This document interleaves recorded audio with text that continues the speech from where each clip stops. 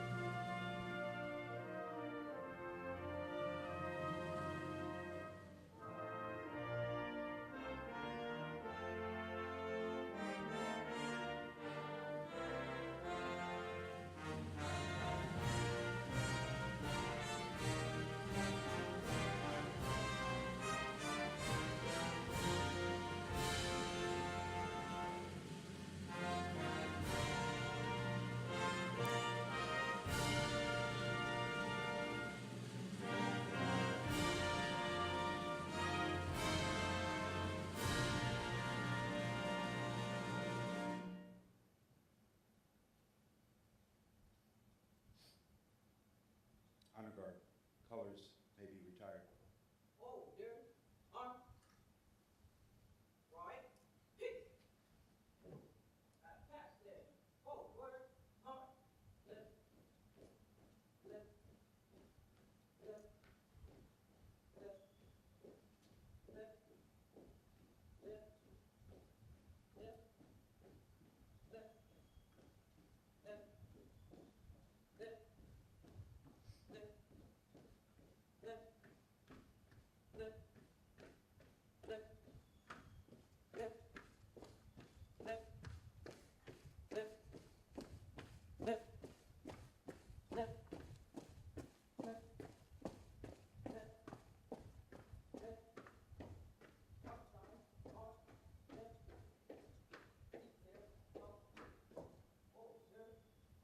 Please be seated.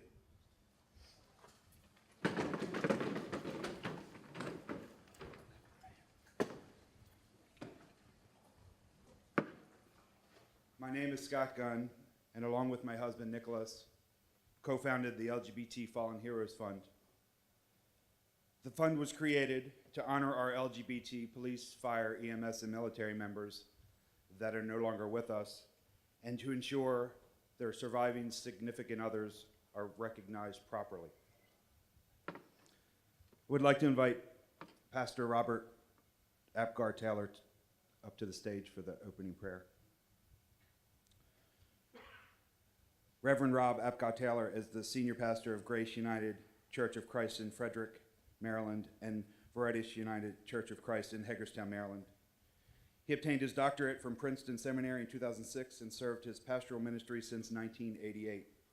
He is also the chaplain for the Frederick City Police Department and adjunct professor of German at Hagerstown Community College. He is the father of 5 children and now 3.5 grandchildren. He lives in Hagerstown with his husband, also Rob, who is a DC Metro police officer. Let us pray. We thank you, gracious and holy God, for the gift of this day and for the gift of men and women who serve their country and their communities with dignity, with bravery, and with honor. Be with us this day and this week, especially as we remember those this day who have made the ultimate sacrifice. Grant them your peace. Grant to their loved ones, their family, their friends, their partners and spouses the gift of your presence and your promise. Amen.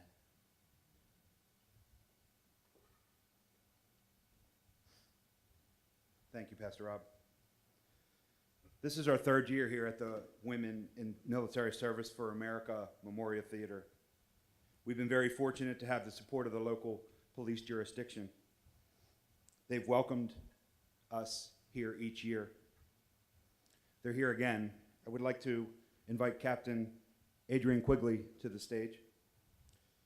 Adrienne Quigley is the captain with the Arlington County Police Department in Virginia, currently serving as the 3rd District Commander. She has held previous assignments in patrol, criminal investigations, personnel and recruitment, internal affairs, and just recently finished a 2-year assignment as the acting deputy of the Arlington County Office of Emergency Management in charge of emergency communication. In 2009, Captain Quigley completed a fellowship at the International Association of Chiefs of Police, where she became nationally recognized as an expert in the field of officer safety, police officer injury. She has published several articles related to officer safety and wellness and has presented numerous national and state conferences. In addition, Captain Quigley has been a state certified instructor for 12 years, 6 of which has been as a firearm instructor. Captain Quigley.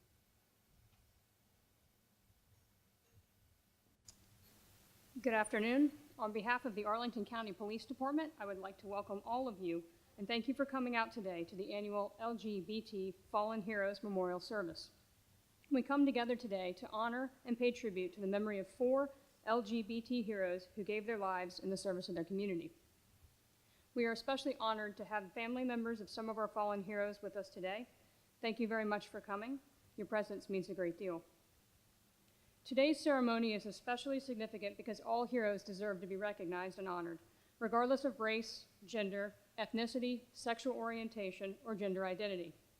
We are all police officers who took the same oath to protect and serve, and I am honored to be a part of such an important event. Arlington County prides itself on being a diverse and inclusive community and are proud to host this service annually. I commend the organizers of this event for creating an opportunity for all family members and loved ones to celebrate, honor, and mourn the loss of their spouse or partner. Without your efforts, many would not receive the recognition that they truly deserve. As I reflect on my life, I see in my children a much more open and accepting generation where value is placed on treating everyone with respect and dignity, but we still have a long way to go. Even as I explained to my 10-year-old about why I was coming here today, she was confused as to why it had to be a separate service. I had to tell her not everybody is as smart and kind as she is. I commend all of you for your courage to stand up and fight for what you believe in and what is right. Again, I am honored to be here, and thank you for the opportunity to share in this event.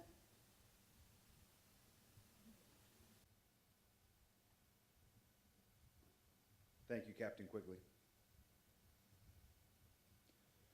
14 years ago, members of the LGBT community started coming together for National Police Week to support each other and to discuss the many issues we faced in the police world. We met gay officers that were suicidal because they felt like they were the only one.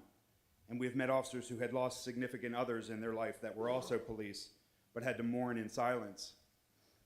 National Police Week became the perfect time to come together. Not only could we come together as a group, we could come honor those officers being remembered each year. Our time together for National Police Week is something I cherish and will never forget. Those early years continued to allow LGBT police from around the world to come together to experience National Police Week and be there for each other. 2010 changed everything. I met a man named Kelly Glossop. He was at Police Week because his partner of over 13 years, a Missouri State Trooper, Dennis Engelhardt, had been killed Christmas Day, 2009. Listening to Kelly's story made us realize that those LGBT heroes that we lost had surviving significant others that were not being treated the same way. They were being ignored, left out, and denied the right to grieve. Kelly was not recognized at Dennis's official memorial service. He did not receive any benefits. He lost his home, he lost his vehicles, he lost his will to live.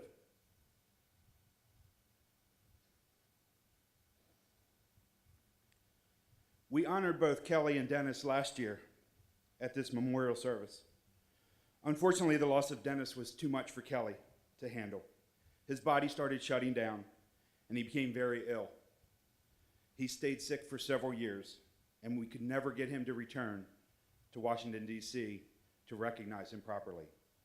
Kelly passed away November 16th, 2015. Even though we were never able to bring Kelly to the memorial service, we never stopped. We started the exhaustive process of finding other LGBT officers that had lost their lives in the line of duty. The first officer we found was Officer Amanda Hallworth. We honored her in 2012. She was a Miami-Dade officer that lost her life while executing a felony warrant in January of 2011. Amanda was the first officer we honored. I saw how much our memorial service meant to her immediate family and all of the LGBT police that were in attendance. It was a time where we recognized all those individuals that were not recognized in the formal memorial service. In 2013, we found Master Corporal Sandy Rogers, a 28-year police veteran from Aiken Department of Public Safety in South Carolina. She was gunned down responding to a citizen's request to check a suspicious vehicle. Sandy had been with her significant other, Francis, for over 23 years. Francis is also a police officer in South Carolina. At the official memorial service in South Carolina that honored Sandy, Francis was asked to step aside because she was not considered to be immediate family. I knew at that point we would continue to hold this service as long as we have instances like this. In 2014, we decided to expand this memorial service to include police officers, firefighters, EMS, and military members, because we realized the surviving significant others from these professions are treated the same way as our survivors of LGBT police officers. We also expanded from just line of duty death to anyone that is no longer with us, because it's not how you died that we honor, it's how you lived your life. That year we honored firefighter Philip McKee, firefighter Jean Kirchner, police officer Patty Peretti, Army Sergeant and combat medic Darren Manzella, and Army Sergeant Donna Johnson. This year, we are honored to have Donna's wife, Tracy, with us back again. Welcome, Tracy.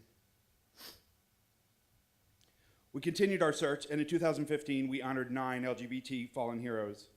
We honored Mesa, Arizona Sergeant Brandon Mendoza, Seattle Officer Bob Peth, Fire Captain Thomas Arugas, Seaman August Provost, LAPD Officer Spree DeShaw, Lance Corporal Garrick Salmonitz, Indiana Paramedic Tim McCormick, NYPD Detective Kevin Shotowiski, and Army Corporal Sierra Durkin. And last year, in addition to honoring Dennis and Kelly, we honored Air Force Major Adrienne Vorderbruggen, Sergeant Sam Ciccone, Officer Jerry Cox, and Sergeant Sarah Tressel. This year, we will honor San Antonio Detective Ben Marconi, Chief Warrant Officer Charlie Morgan, Army Captain Anthony Brown, and Army Specialist Stephen White. Could I please have Dennis Rudder up to join me on stage, please? We'll be honoring Detective Benjamin Marconi first. Dennis is currently employed as a sergeant investigator with the Travis County Attorney's Office in Austin, Texas, and is assigned to the Environmental Investigations Unit. Dennis is a Master Peace Officer, professional sanitarian, and registered code enforcement officer. He is also the president of the Capital Region Environmental Task Force and is a member of the Texas Environmental Task Force. Thank you very much, Scott. First of all, I want to say it's very much an honor to be asked to do this today for a good friend of ours. On November 20th, 2016, a date which will forever be etched in the hearts of so many friends, family, and co-workers of San Antonio Police Department Detective Benjamin Marconi. Ben was murdered while sitting in his vehicle, writing a traffic ticket when a citizen mad at the system pulled up behind his squad car, got out, walked up to the window, and shot Ben 2 times. Ben is survived by his son, Dane Gregory Marconi, his wife, Caitlin, their beautiful son, Mason. Also his former wife's daughter, J.C. Lewis, and several brothers, sisters, nieces, and nephews, some of which are here today, Terry and Blake. But the reason we're here today is to recognize Ben's partner, Nia Wynn. We call him Nate. Ben and Nate had been partners for over 3 years. I sat through the funeral service back in November and have scoured the internet for news articles, obituaries, and reports of Ben's senseless murder. And not once has there been mention of Ben's partner, Nate. I find this to be very disheartening, very cruel. I never knew Ben and had never met Nate until the funeral. A small group of officers from our LGBT police group, Tommy Reyes from Miami PD, Larry Brammer from Long Beach PD, Greg Adams from San Antonio PD, Eric Cleveland from Austin, Texas PD, and myself met with Nate immediately after the funeral, and we told him that we were there to support him through this tragedy. As we all know, oftentimes the LGBT partners of slain officers, military, EMS, and firefighters are never recognized as loved ones, and we didn't want this to happen to Nate. Sorry. Over the ensuing months following the tragedy, Nate and I become best of friends. Nate has told me so much about Ben and his time with Ben, all the things they participated in and places they went together. I've also met and learned with many of their friends in San Antonio what a fine person Ben was. I've learned so much that I feel like I know Ben. But along with all the good, there have been countless times when Nate has cried on my shoulder or has called me crying at 1:30 in the morning. Sorry. Trying to understand, trying to process, wondering why. One of Nate's biggest advocates is Gilda Garza, president of the South Texas chapter of the Concerns of Police Survivors. Gilda has done a really fantastic job seeing that Nate is included in events honoring Ben. Ben had worked for the San Antonio Police Department for over 20 years, and at the time of his passing was assigned to the Special Victims Unit. Ben was a model officer who showed care and compassion for people both on and off the job. Nate was truly concerned for Ben's safety and would either call or text him almost every hour while he was on duty. Ben was openly gay and often tweeted about LGBT rights. Ben was definitely had a stake in the LGBT community. And he was a tireless advocate that really cared about the issues for the community as a whole and for gay and transgender individuals. Ben and Nate met in 2012, shortly after Nate had discharged from the U.S. Army. At first they were only friends, but both in relationships of their own. But Nate looked up to Ben as a mentor. Their friendship strengthened, and when the other relationships faded away, Ben asked Nate to be his boyfriend. But Nate said no at first, we're just friends. But within 6 months of hanging out together, they decided to start their relationship. Ben and Nate immediately moved in together, and Nate became like one of Ben's family, cooking for Dane, Caitlin, and Ben every Sunday. They loved his cooking and becoming involved in all their family activities. Nate says he has no regrets and is still part of the family. In the months since this tragedy, Nate has become stronger and stronger with the support of Ben's family and friends in the LGBT community. He plays on the San Antonio Gay Dart League and is a team member of 2 LGBT softball teams, one in San Antonio and one in Austin. Nate was considering re-enlisting in the U.S. Army, but instead has recently registered for classes at the University of Texas at San Antonio, where he will continue his studies leading to a degree in geology. Nate has told me that he doesn't want anything of Ben's. He just wants to be recognized as Ben's partner. And hopefully we have done that here today. Thank you.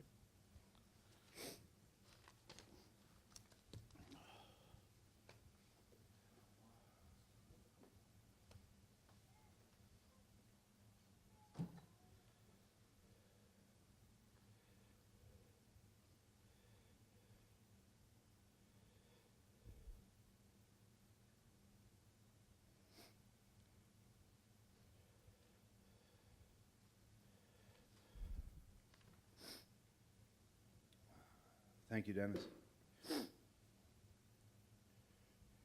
Could I have Jeffry Priela to the stage?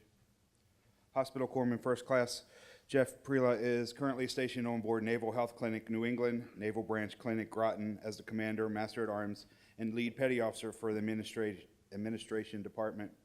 He also serves as Treasury for the Board of Directors with OutServe Service Members Legal Defense Network. As the OutServe Hawaii chapter leader,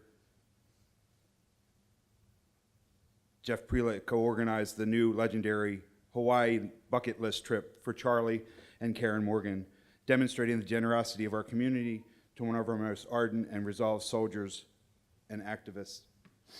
Jeff.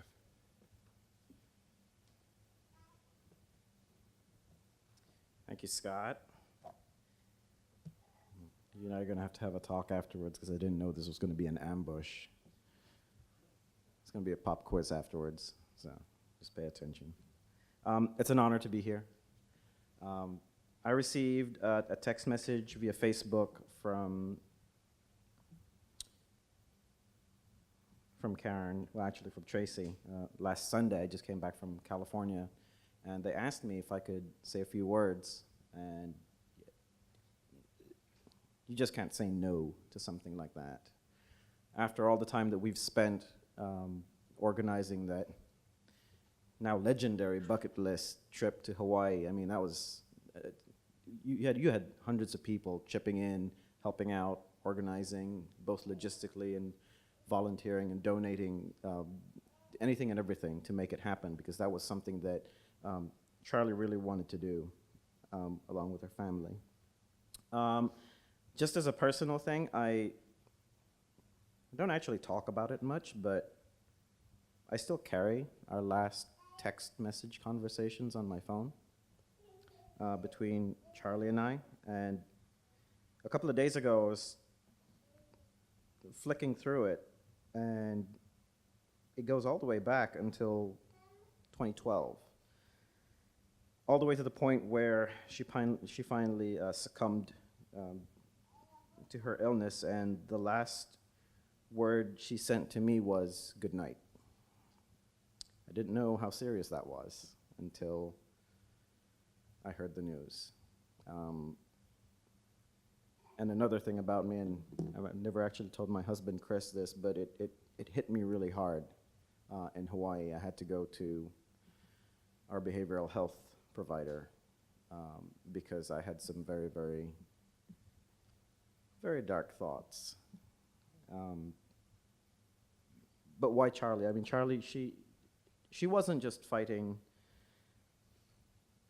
for her family, she was fighting for every single one of us in the military. If you guys don't know, there's been 14,000 service members that have been discharged under Don't Ask, Don't Tell. And because of Charlie's efforts, one, we now have the rights and privileges and what have you to be married to whoever we want. And because of our organization, we're trying to fix and upgrade those discharges from dishonorable or bad conduct discharge to honorable discharges for those service members. So that's one of the reasons why I haven't quit yet. I've talked about leaving OutServe for a minute, but I just can't bring myself to leaving. That, and it's going to be a huge dishonor to Charlie's memory. So I'm just going to read the script. Charlie and Karen met in 1997 and had 16 beautiful years together as a couple. They had a lot in common: loving outdoor life, horses, and supporting their local LGBTQ community in Lexington, Kentucky. Charlie and Karen both worked for the Lexington Herald Leader and openly advocated for fair treatment for all employees in the newspaper company. Great things come from small beginnings, right?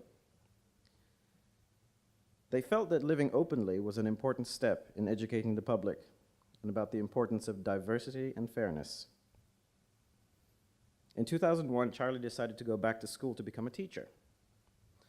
She then taught in a rural high school just north of Lexington. Living as an openly lesbian couple in rural Kentucky was sometimes difficult. Charlie supported the LGBTQ youth in her school and made both the yearbook and the prom welcoming to everyone for the first time. The community had strong conservative and religious ties, but it also had people who were dedicated to equality. And when Charlie received anonymous threats because of her work, as many of us sometimes do, there were people who stepped up to defend her. Charlie had a military background, and because of her experiences in the Army, it's funny because it's a Navy guy that's honoring her today, she believed that public institutions should serve all the nation's people equally, regardless of race, gender identity, or other demographic factors. She brought this belief to everything that she did. In 2004, Charlie re-entered the Army National Guard while still teaching in northern Kentucky. She wanted to do her part to support the country after 9/11. She applied for, then successfully completed the Warrant Officer Program in Indianapolis 2 years later. Life in the military came with a lot of challenges for a lesbian couple at the time. Charlie wasn't allowed to openly acknowledge her sexuality, but she also wasn't subjected to the intense scrutiny of her private life that she experienced when she first went into the military in the 1980s. She started off enlisted, by the way, so yay. She couldn't openly identify Karen as her spouse on any Army paperwork, but there were people that she could trust to privately take care of Karen and their daughter, Casey, should an emergency arise. For many years, Karen attended Army functions in an anonymous capacity. When Charlie deployed in 2010, the Army still wasn't allowing gay soldiers to serve openly or recognizing same-sex couples. Charlie became an equal opportunity officer and a sexual assault response coordinator and was more than determined than ever to position herself to make life better for LGBT soldiers and their families. At the end of Charlie's deployment, the Department of Defense finally dropped its long-standing don't ask, don't tell policy. However, another fight loomed when it became apparent that the Defense of Marriage Act would continue to prevent gay military families from accessing much-needed support that was given to heterosexual families. Charlie had just been diagnosed with cancer, but as a couple, Karen and Charlie decided to share their story publicly to help people understand why this discriminatory piece of legislation needed to be undone to strengthen the military and the country as a whole. Charlie spent the rest of her life fighting for LGBT rights and for families. She passed away without knowing if the government would ever take care of her own family, but she remained steadfast in her belief that all people should be treated with fairness and dignity in public service and in their private life. Thank you.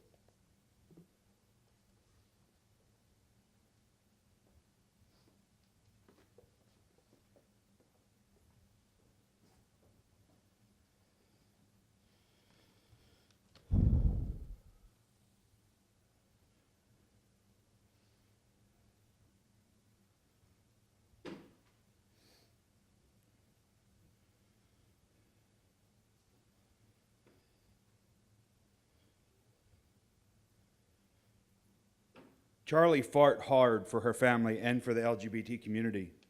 She made people in the right places take notice.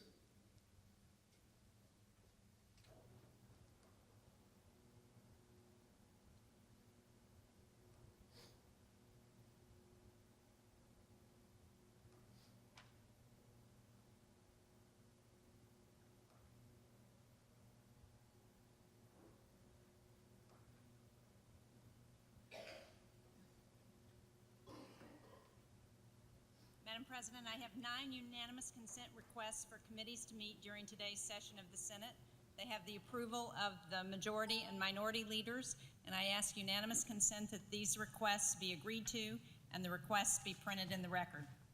Without objection. And Madam President, I ask unanimous consent to speak as if in morning business. Without objection. Thank you. Today I rise with a heavy heart because our nation has lost one of its outstanding citizens, and many of us have lost a dear friend. Charlie Morgan, Chief Warrant Officer of the New Hampshire National Guard, passed away early Sunday morning with her wife Karen and their daughter Casey by her side. Chief Charlie Morgan was just 48 years old. For those of us who have had the pleasure of knowing Charlie, it's been a difficult week. However, as I rise today, I take comfort in the opportunity I had to share part of Charlie's life and work. Many know Charlie for the national attention she received over the last several years, advocating on behalf of her fellow gay service members and their families. However, first and foremost, Charlie was a soldier. She enlisted in the United States Army in 1982. After a brief period away, Charlie returned to service as a member of the Kentucky National Guard in 1992, 1 year before the now repealed Don't Ask, Don't Tell policy became law. Following the terrorist attacks of September 11, 2001, Charlie returned for a third time, joining the 197th Fires Brigade of the New Hampshire National Guard, a tour that included a year-long deployment in Kuwait. In addition to the mental and emotional challenges of military service, Chief Warrant Officer Morgan shouldered the constant burden of keeping her life secret from her fellow soldiers. Married to her partner Karen in 2000, Charlie was unable to live openly under the military's Don't Ask, Don't Tell policy. Immediately following the repeal of Don't Ask, Don't Tell, Charlie made national news as one of the first service members to publicly confirm her homosexuality and shed light on many of the remaining inequalities faced by same-sex military families. I first met Charlie in 2011. She contacted my office during her deployment in Kuwait when she learned that despite the repeal of Don't Ask, Don't Tell, her partner Karen of over 10 years would not be allowed to attend mandatory National Guard Yellow Ribbon reintegration programs upon her return. I was pleased to work with Secretary Panetta and the New Hampshire National Guard, who has been very supportive of Charlie, to ensure that she and her wife Karen would be able to participate in the program together. However, as those of us who appreciated her determination understood, Charlie was not satisfied. She continued to vigorously pursue equal benefits for same-sex spouses, particularly survivors' benefits and compensation still denied under the Defense of Marriage Act. And this was not an abstract issue for Charlie. In 2011, she was diagnosed for a second time with breast cancer. Concerned for the future well-being of her family, Charlie took aim at DOMA by challenging its constitutionality in federal court, and her case is set to be heard by the Supreme Court later this year. Several days ago, my office sent out an online condolence card to the Morgan family, and the response from that card has just been overwhelming. In less than a week, we received over 2,000 messages of support from citizens all across our country, and I'd like to read just a couple of those this morning. From Hopkinton, New Hampshire, we heard, "Charlie is a hero to many of us. Thank you for making your lives public so others can live their lives privately in love." From Oregon, we heard, "Thinking of you in this time of loss. It's also a loss for our country, but she leaves a legacy that will carry on." From Fulton, Illinois, we heard, "Thank you so much, Charlie, for all you've done. You will not be forgotten, and your service, work, and legacy will live on. Those of us left behind will honor you by continuing on in this all-important fight for equality." I hope that Charlie Morgan knew how many lives she touched and how greatly we admired her efforts. I know that she will be sorely missed and that her example will continue to guide us well into the future. Madam President, with Charlie's memory in mind, I will soon be introducing the Charlie Morgan Act.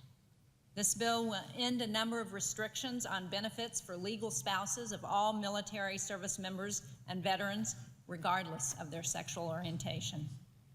Every individual that provides for our defense deserves the peace of mind that comes with knowing one's family will be taken care of should the worst happen. No one should ever again go through what Charlie and her family had to go through. I hope all of us in the Senate will take up this legislation and act quickly to address this issue. It is long overdue. And Madam President, I have a longer statement that I'd like to introduce for the record. Without objection. Thank you. I yield the floor.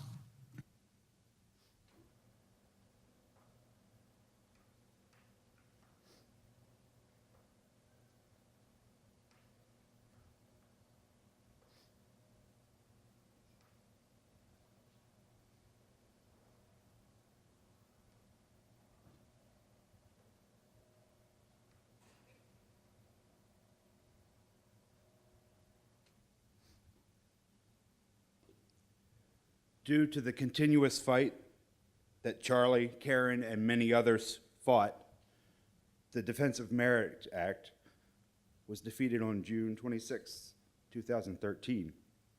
And on October 23, 2013, Karen was finally able to receive her military spouse identification card, which will allow her and their daughter Casey to receive the protections that the U.S. military provides for the family who lose a spouse or parent who is a service member. Karen, there was somebody that wanted to be here that couldn't and asked me to read this. During our lifetime, our paths cross with so many people. Some stay in our life momentarily, others for longer periods of time, and a very few for a lifetime. Charlie Morgan was that person that stays with you for a lifetime and stays in your heart forever. I had amazing good fortune and gift to work with Charlie in the National Guard for a few years. First impression is that she is personable and friendly. On second pass, you realize she is brilliant, tenacious, well-organized, and always positive. She always found ways to improve processes and teach and train others along the way in a breezy manner. Everyone Charlie came in contact with loved her. She made the mundane fun. She could turn the grouchiest person into her friend. When she deployed, there was a senior officer that was difficult to work with in garrison, and the majority did what they could to minimize their interactions with them. We spoke after she was on the ground a few weeks, and I asked her how it was going working with this particular individual. She responded in her typical sunny demeanor that they get along great. Charlie's wonderful Southern charm is a rare find these days. I can best illustrate Charlie in a scenario that this day still makes me smile whenever I think about it. Charlie asked if she could attend a course at a professional education center on a recent change on how we were providing educational benefits to soldiers. This was a very detailed and technical benefit. Mind you, she had no training in any of this and was newly responsible for managing this section and wanted to understand what her soldiers would be dealing with. Of course, I responded. She called me on Wednesday evening, a few days before the course, and said she just found out that there was a 40-hour prerequisite course required that had to be turned in before she attended. She asked if she could take off 2 days to do the coursework to turn in prior to the school starting and then flying to the school on Sunday. I responded, of course, do what you need to. Near the end of the following week, she called and said she was asked by the instructor to teach part of the class. She said she offered some ideas to improve this new program, and the instructor stated she seemed very fluent with this program and wanted to know if she could come back to teach at the school. This is a perfect example of Charlie, always the go-getter. She had the unique ability to walk into any situation and leave it better than she found it. Charlie always turned the ordinary into extraordinary. There are so many stories of those of us that knew her and the lives she touched. I wish that our time on earth could have lasted longer. She befriended all. A week does not go by that I don't think of her. I sometimes ask myself when faced with tough issues, what would Charlie do? She was a mother, a partner, a daughter, a granddaughter, cousin, aunt, colleague, and warrior, but above all, she was a friend. I know she watches over all of us. Robert Frost wrote a poem called Nothing Gold Can Stay, which embodies Charlie's life. Nature's first green is gold, her hardest hue to hold.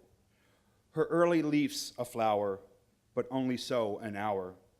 The leaf subsides to leaf, so Eden sank to grief. So dawn goes down to day, nothing gold can stay. Jeannie.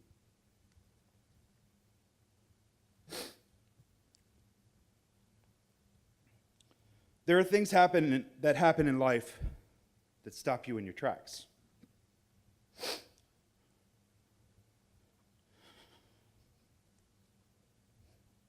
Something so tragic, it changes the world. We as the LGBT community had that happen this past June. The mass shooting at Pulse nightclub changed our community, and in many ways, changed the country. No longer did we feel safe in the very place that we have felt safest. We all knew that it could have happened at any one of our clubs. We lost 49 members of the LGBT community that day.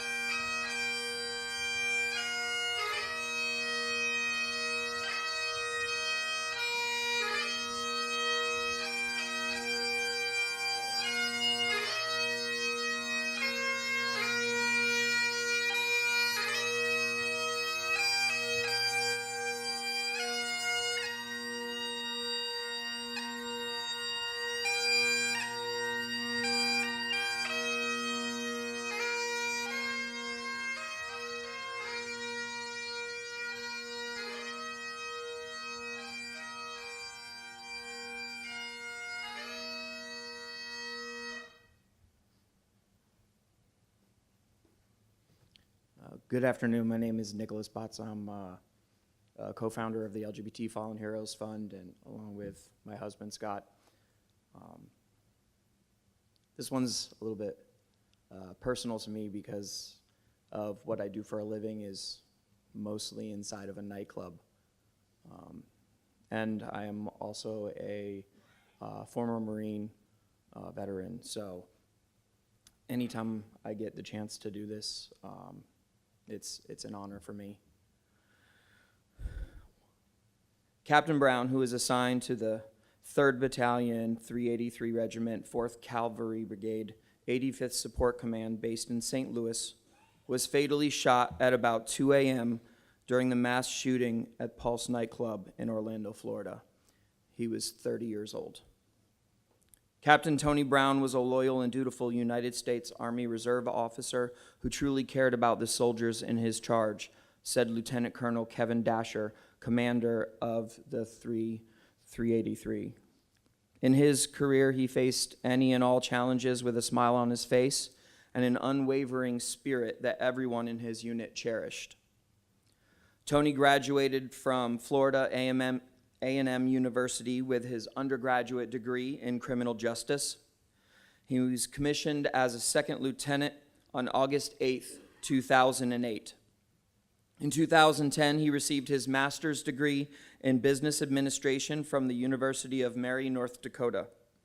Tony was a member of the Reserve Officer Training Corps while at Florida A&M, and the university said in a statement, he is remembered fondly by classmates and fellow alumni.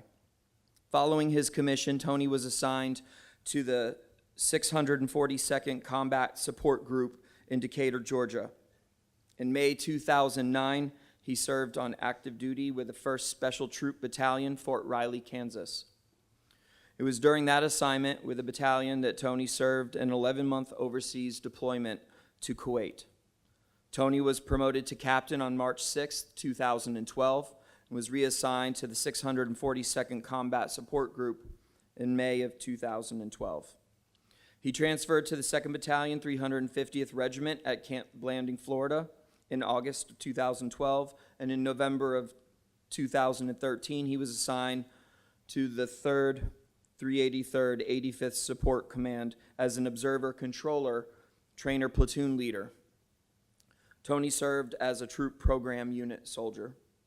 His awards and decorations include a Meritorious Service Medal, 2 Army Achievement Medals, 2 Army Reserve Component Achievement Medals, the National Defense Service Medal, Global War on Terrorism Expeditionary Medal, Global War on Terrorism Service Medal, an Overseas Service Medal, Armed Forces Reserved Medal, and the Army Service Ribbon. Defense Secretary Ashton Carter said, Captain Antonio Devon Brown served his country for nearly a decade, stepping forward to do the noblest thing a young person can do, which is to protect others. He said in this statement, his service, both at home and overseas, gave his fellow Americans the security to dream their dreams and live their full lives. The attack in Orlando was a cowardly assault on both of those freedoms, and a reminder of the importance of the mission to which Captain Brown devoted his life. Tony is described by friends as a kind and generous person. He helped people any way he could, whether it was giving them bus fare or helping them to get a job.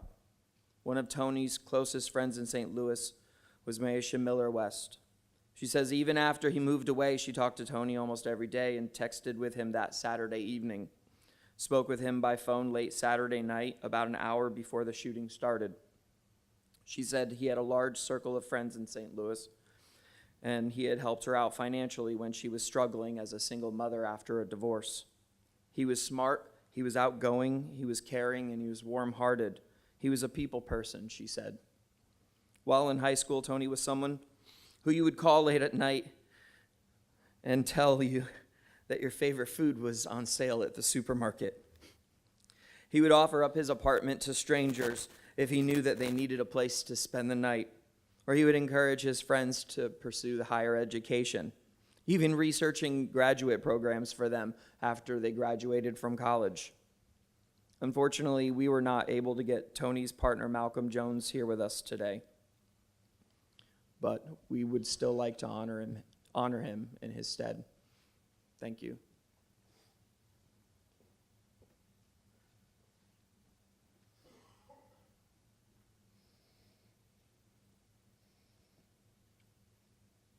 Can I please have Ken Simpson join me on stage to honor Stephen White? Assistant Chief Kenneth Simpson has served in law enforcement for 23 years. The last 18 and a half years has been with the United States Border Patrol. He is currently assigned to the USBP Headquarters Intelligence Division, where he assists in overseeing the intelligence operation within each of 20 U.S. Border Patrol sectors. He and his husband, Quentin, live in Woodbridge, Virginia.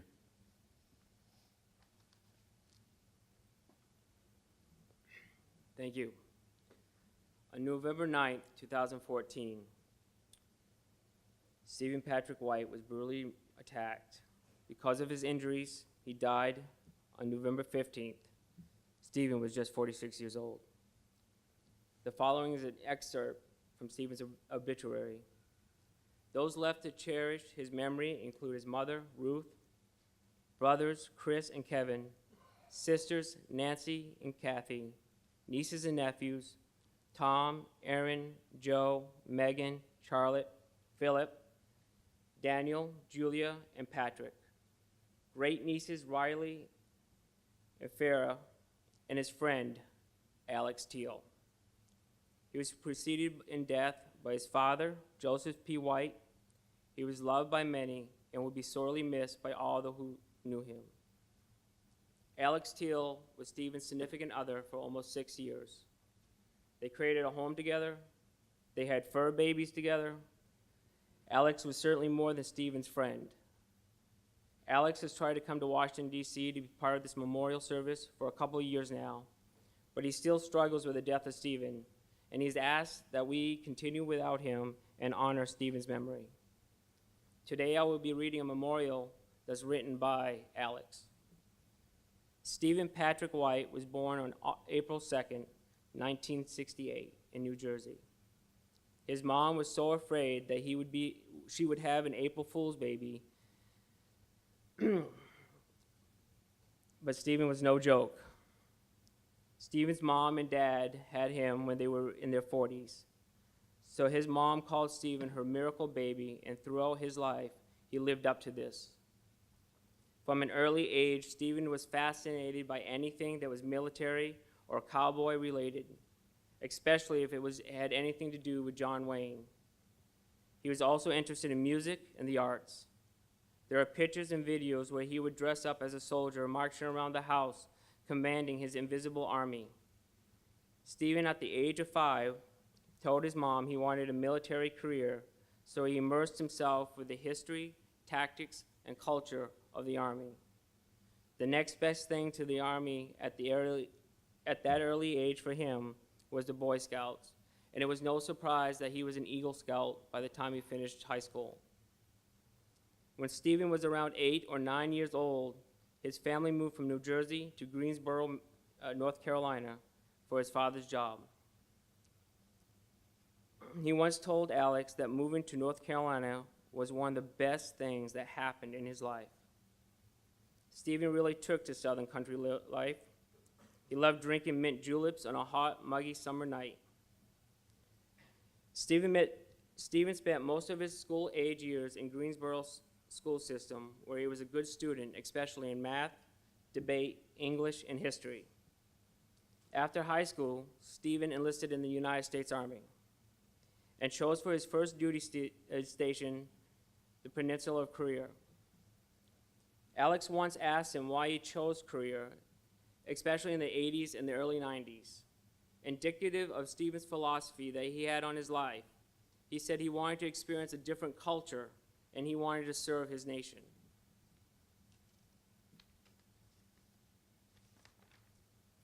At times, he would tell Alex how he and his battle buddies would travel to Seoul, spend all their pay, get into trouble, but they would be back to guard duty just in the nick of time. When he told these stories, his face would light up like the 4th of July, and his spirit would start to glow. He became so animated that his performance would leap through the air to transport Alex to the 1990s. Sometimes, Alex still pulls out Stephen's old photo albums and imagines his life and career for a brief second. The stories Stephen once told him come back to life, and with him, so does Stephen. After Stephen completed his touring career, he came back to Greensboro, North Carolina, where he went to a Quaker school by the name of Guilford College. Guilford College has always been a very liberal school. While Stephen is very conservative, Alice once asked him why he selected to go to Guilford. Again, he told he selected Guilford College to understand people with a different viewpoint, to see what their hopes and dreams were, and to understand them. Stephen told Alex this way he could grow and become a better person. This philosophy led Stephen to have a diverse type of friends whose opinions he coveted.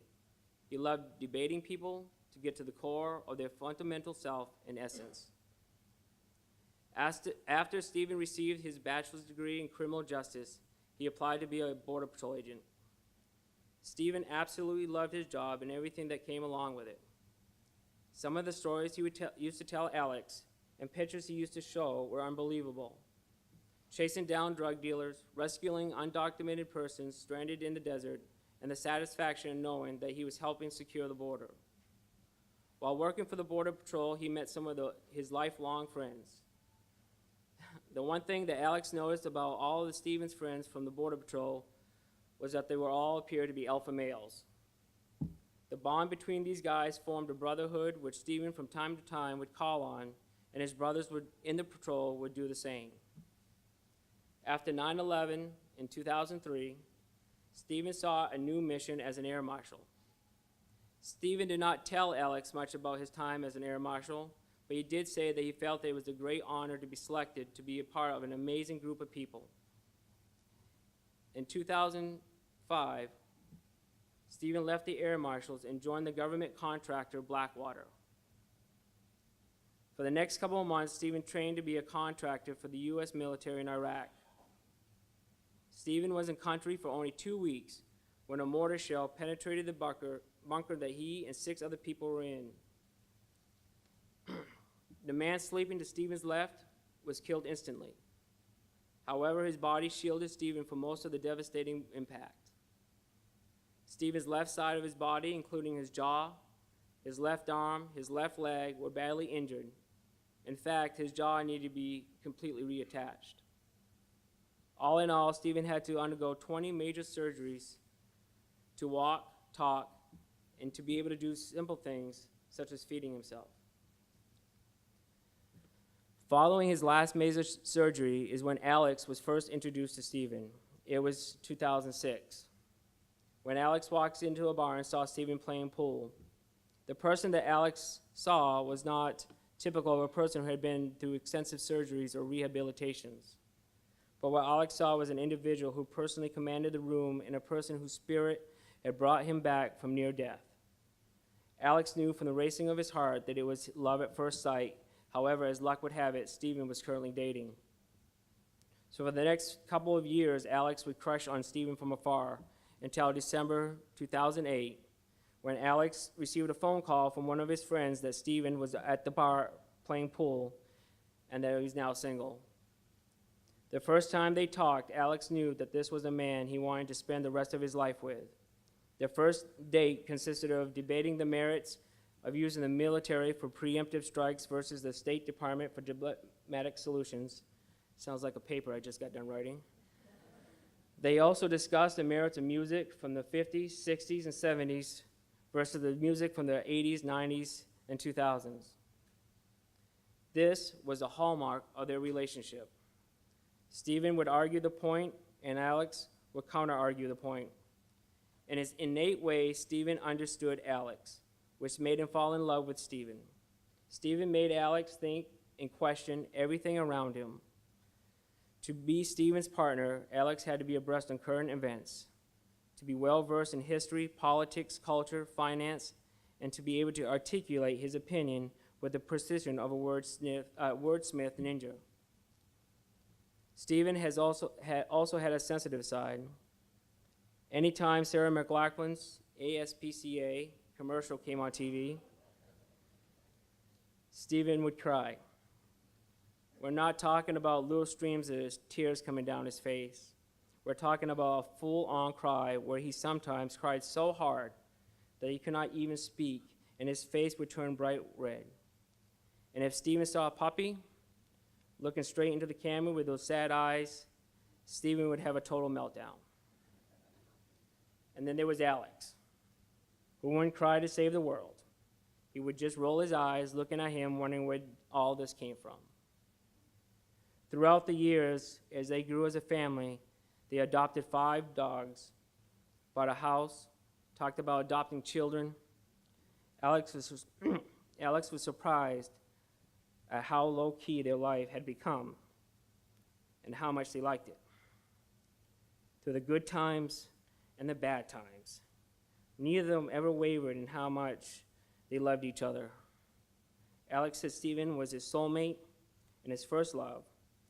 Stephen was the person that made him a better man and a better friend and a better brother and a better person. That ends what Alex wrote, but I've got a personal note I'd like to add to this.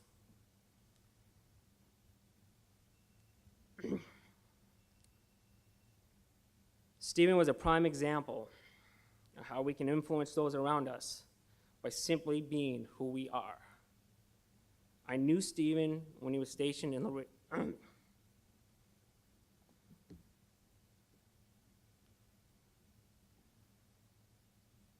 I knew Stephen when he was stationed in Laredo, Texas. He was a member of the U.S. Border Patrol BORTAC team, which is much like a SWAT team.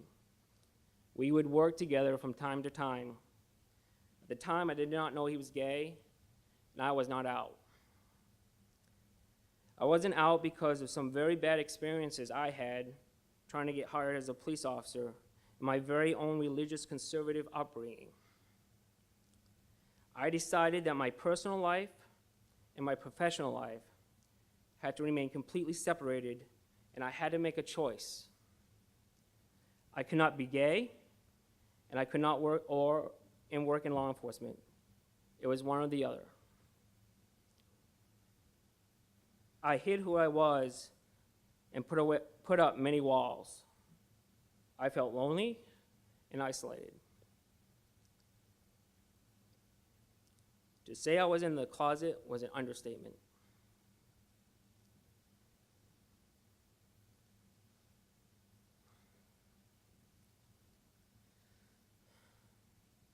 It wasn't until I heard that Stephen had come out to his BORTAC teammates and how they accepted him for who he was that I had hope.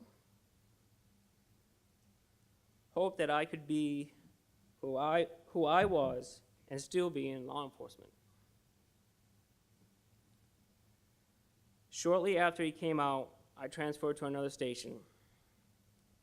He never really knew the impact that he had on my life.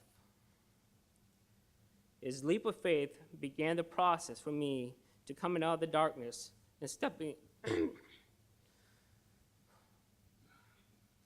into the light. Coming out was one of the best decisions I've ever made. Today, I'm out of work. I'm married to a wonderful husband, Quentin.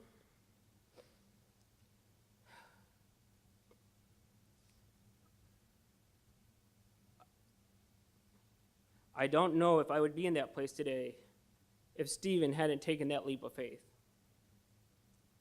Stephen's life is an example of how each of us can impact those around us by simply being who we are.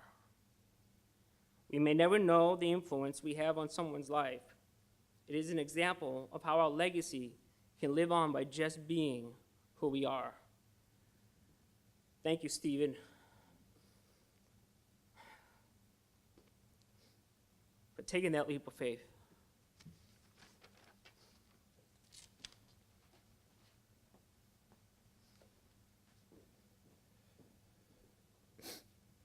Thank you, Ken.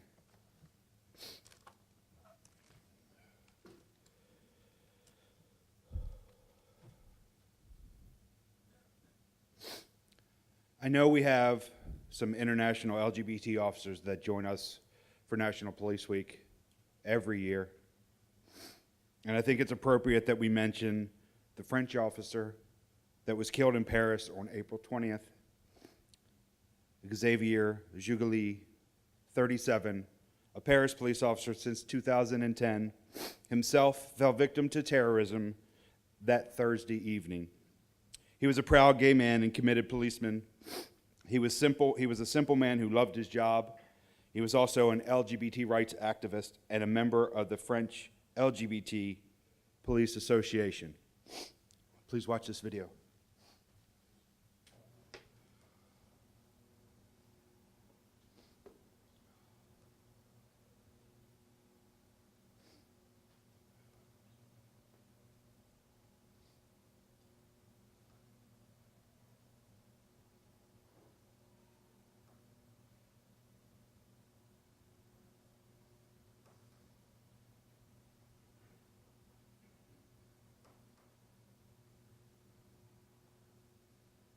Xavier, jeudi matin, comme de coutume, je suis parti travailler et tu dormais encore.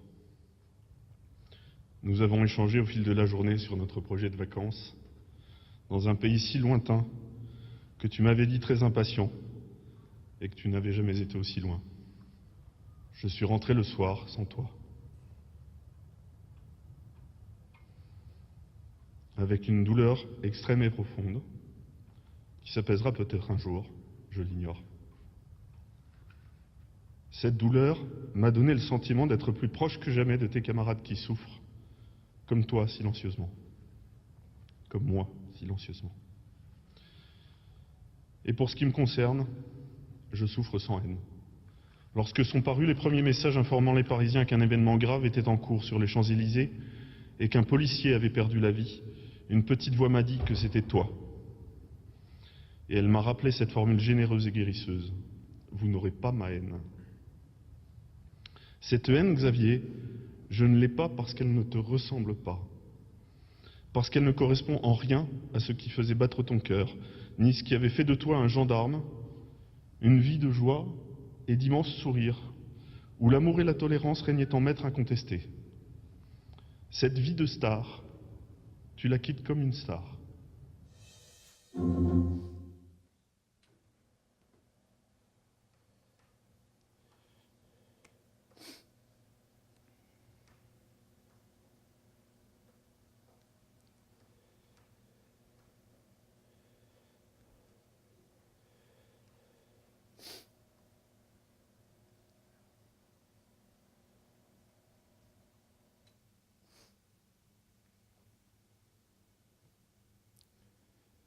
I would like to thank the City of Miami Honor Guard who jumped in at the last minute to help us out today. I want to thank Pastor Rob, our solo piper, Paul Cora, and the Seattle Police Pipe and Drums for joining us today. I also want to thank our artist, Rose, who steps up and does all of these pieces every year. And lastly, I want to thank all of you for joining us today. We will continue this memorial service until all of our LGBT heroes and surviving significant others are treated exactly the same way. Following the service today in the conference room here in the memorial service, we will host, with the concerns of police survivors, their annual Invisible Survivors debriefing seminar. It's an open discussion where you can talk about your thoughts about any tragic incident you may have been involved with. We have certified incident counselors that will be hosting the seminar. Could I get Reverend Rob up for our closing prayer?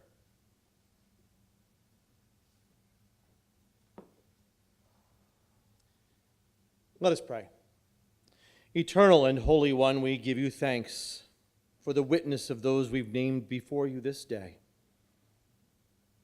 That as we remember them, that their witness, their courage, and their bravery may not just be a memory, but may become a living part of who we are, inspiring us, challenging us, and empowering us to become men and women of integrity for our world. These things we ask in your name. Amen.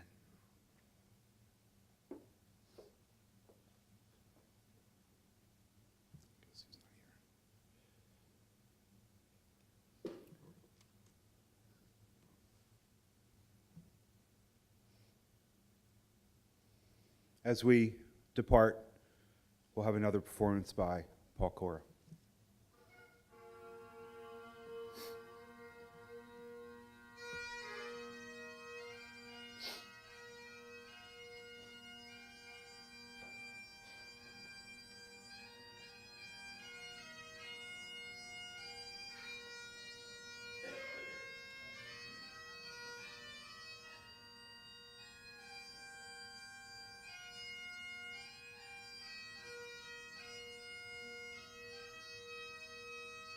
Thank you all.